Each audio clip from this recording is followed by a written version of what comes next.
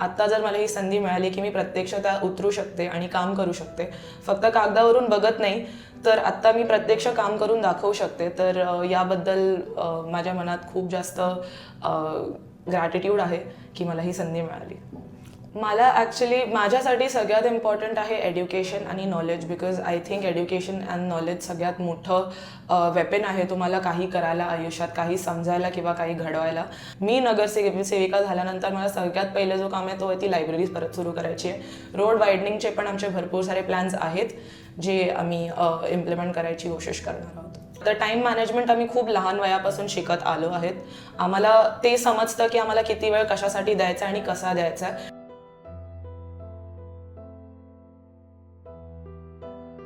दर्शको नमस्कार, मी राजेंद्र गरत, उपसंपादक दैनिक आपलं नवे शहर.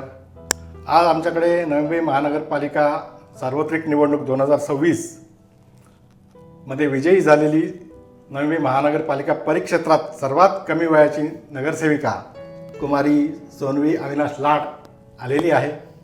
तिच्याकडून मी तिच्या या यशाची गाथा जाणून घेण्याचा प्रयत्न करणार आहे.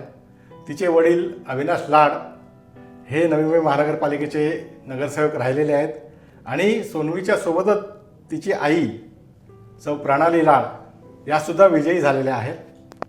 तर या सोनवीचं आमच्या या मुलाखतीच्या सदरामध्ये मी हार्दिक स्वागत करतो.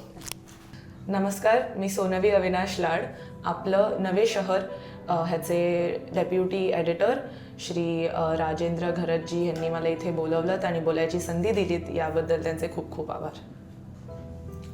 सोनवी, मला सांग की तुझे वडील, तुझे आजोबासुद्धा समाजकारण राजकारणात व्यस्त होते, तुझी आईसुद्धा नगरसेविका राहिलेली आहे, आता पुन्हा निवडूनसुद्धा आलेली आहे.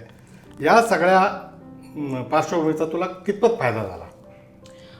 मला वाटतं गेली 25 वर्ष माझे वडील जे राजकारणात आहेत, नगरसेवक राहिले आहेत, उपमहापौरही राहिले आहेत, या गोष्टीचा जास्तीत जास्त फायदा मला या निवडणुकीत झाला आहे.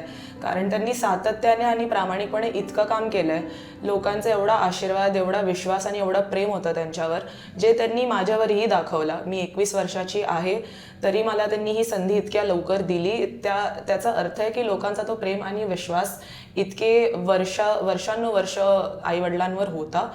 माझी आई, जसं तुम्ही म्हटले, एक टर्मसाठी नगरसेविका राहिल्या आहेत, हा त्यांचा आता दुसरा टर्म आहे. माझे आजोबा पण, माझ्या घरात हे काही नवीन नव्हतं, समाजकारण किंवा समाजसेवा ही माझ्या घरात काहीच नवीन नव्हतं. माझे आजोबाई त्यांच्या मूळ गावी खूप सारे समाजकार्य त्यांनी केलेले आहेत, तर त्यामुळे आम्ही लहानपणीपासून हे सगळं बघत आलं की हे कार्य कसे होतात. आत्ता जर मला ही संधी मिळाली की मी प्रत्यक्ष त्या उतरू शकते आणि काम करू शकते, फक्त कागदावरून बघत नाही तर आत्ता मी प्रत्यक्ष काम करून दाखवू शकते, तर याबद्दल माझ्या मनात खूप जास्त ग्रॅटिट्यूड आहे की मला ही संधी मिळाली. सक्रिय राजकारणात, ॲक्टिव्ह पॉलिटिक्समध्ये उतरावं असं कुठल्या वेळी तुला वाटलं?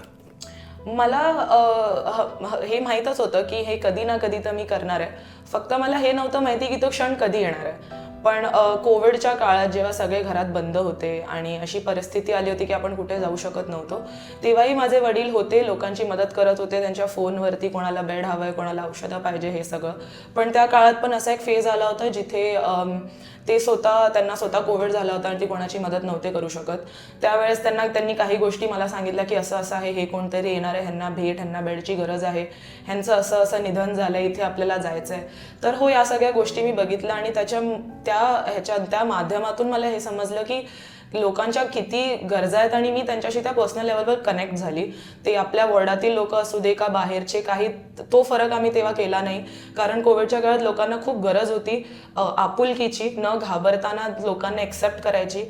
तर हो, मला वाटतं तो एक काळ होता जेव्हा मला असं सर्वात जास्त वाटलं की हे माझ्यासाठी आहे. निवडून आल्यानंतर पहिली भावना मनामध्ये काय आली? म्हणजे सर्वप्रथम मला असं वाटतंय म्हणजे मी खूप जास्त ओव्हरवेल्म्ड होती आणि खूप जास्त मला असं होतं की मी आता श्वास घेऊ शकते. कारण गेली 25 वर्ष हा वॉर्ड माझ्या वडिलांच्या अंडर होता, त्यांनी एवढं काम केलं आहे. आणि तर मला तो टेन्शन होता की आता मी 21 वर्षाची आहे, लोक मला निवडून देत आहेत नाही देत आहेत, पण त्यांचं प्रेम आणि विश्वास लाड कुटुंबियावर बघून म्हणजे मला एवढं ओव्हरवेल्म्ड फील झालं की लोकांनी तो आशीर्वाद मलाही दिला तर हो, मला वाटतं सगळ्यात पहिले ते होतं की हा गड आमचा होता आणि तो आम्ही परत राखला. सोनवी, मला सांग, नवी मुंबई महानगरपालिकेच्या 111 नगरसेवकांमधून सर्वात कमी वयाची नगरसेविका म्हणून निवडून येण्याचा मान तुला लाभलेला आहे. तुझ्या या यशाचं श्रेय, क्रेडिट गोज टू हूम, कोणाला द्यायला मागशील श्रेय? सर्वप्रथम तर मी लोकांनाच धन्यवाद करणार की इतक्या कमी वयाची असूनही त्यांनी माझ्यावर तो विश्वास दाखवला. लोकांनी भरपूर होते माझ्याकडे आलेत की हे किती वर्षाची आहे, 21 वर्षाची आहे, ही काय करून दाखवेल, पण होते आमच्या लोकांमध्ये तो विश्वास होता.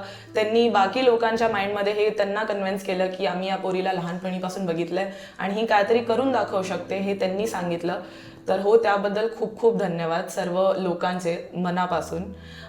त्याच्यानंतर माझे आईवडील आहेत, प्रणाली अविनाश लाड आणि अविनाश शांताराम लाड, जे गेली 25 वर्ष सातत्याने काम करत आले आहेत, प्रामाणिकपणे काम करत आले आहेत. त्यांच्या कामाचा थोडा खूप जास्तीत जास्त या सगळ्या ह्याचा माझ्यावरती इम्पॅक्ट पडला आहे, माझ्या निवडणुकीवर इम्पॅक्ट पडला आहे ते. आणि last but not the list, आमचे आमचे जिल्हा प्रमुख किशोरजी पाटकर आहेत शिवसेनेचे, ज्यांनी माझ्यावर तो विश्वास दाखवला की जरीही 21 वर्षाची असली तरीही काय काय करू शकते, हा विश्वास त्यांच्या मनात होता. त्यांनी मला ही तिकीट दिली, मला पक्षाने ही तिकीट दिली, ही संधी दिली, त्याबद्दल त्यांचे खूप खूप मनापासून आभार. तुझे वडील या प्रभागामध्ये चौपाटी महोत्सव भरवायचे. हो. मधल्या काळात कोविड नंतर 5 वर्ष आपल्याकडे निवडणुका झाल्या नाही, प्रशासकीय राजवट राहिली, बरीच कामं अपुरी राहिली असतील. तुझ्या मते कुठल्या कामांना प्राधान्य दिलं पाहिजे? मला ॲक्च्युली माझ्यासाठी सगळ्यात इम्पॉर्टंट आहे एड्युकेशन आणि knowledge, because I think education and knowledge सगळ्यात मोठं वेपन आहे तुम्हाला काही करायला आयुष्यात, काही समजायला किंवा काही घडवायला. आमच्या वॉर्डमध्ये एक लायब्ररी आहे जी कित्येक वर्ष आता बंद झाली आहे.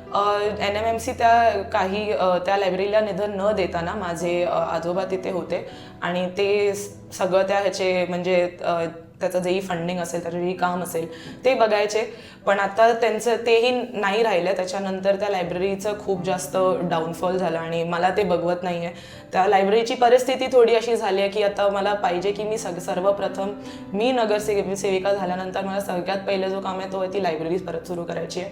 कारण मी बघितलं होतं आमच्या वॉर्डातील भरपूर पोरं तिथे जायची, असा फुल राऊंड टेबल असायचा, त्या टेबलवरती सगळे बसून तिथे अभ्यास करायचे आपलं. तर हो, ज्या लोकांना घरात ती शांती नाही आहे, जॉईंट फॅमिलीमध्ये राहतात, त्यांना अभ्यासाविषयी तो कम्फर्ट असावा असं मला वाटतं.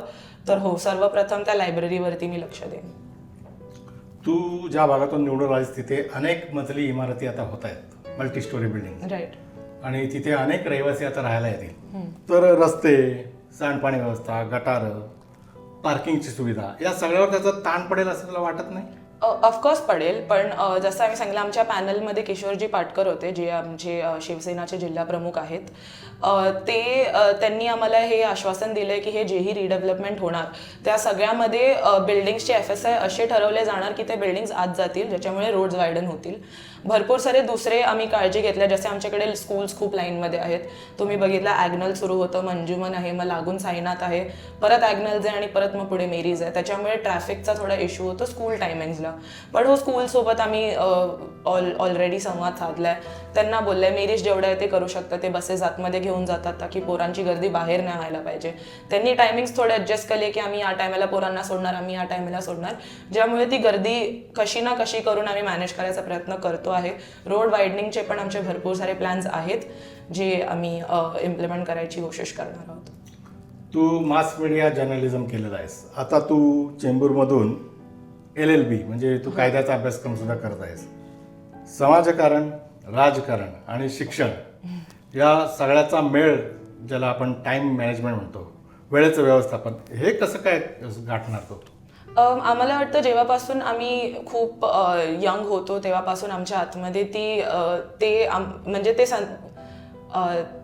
त्या गोष्टी आमच्यामध्ये इन्कल्केटेड आहेत आमच्या पेरेंट्सच्या थ्रू की काही असेल, जरी तुम्ही अभ्यास करताय, तुम्ही एक्स्ट्रा करिक्युलरमध्ये राहा, तुम्ही स्पोर्ट्स करा. तर टाईम मॅनेजमेंट आम्ही खूप लहान वयापासून शिकत आलो आहेत.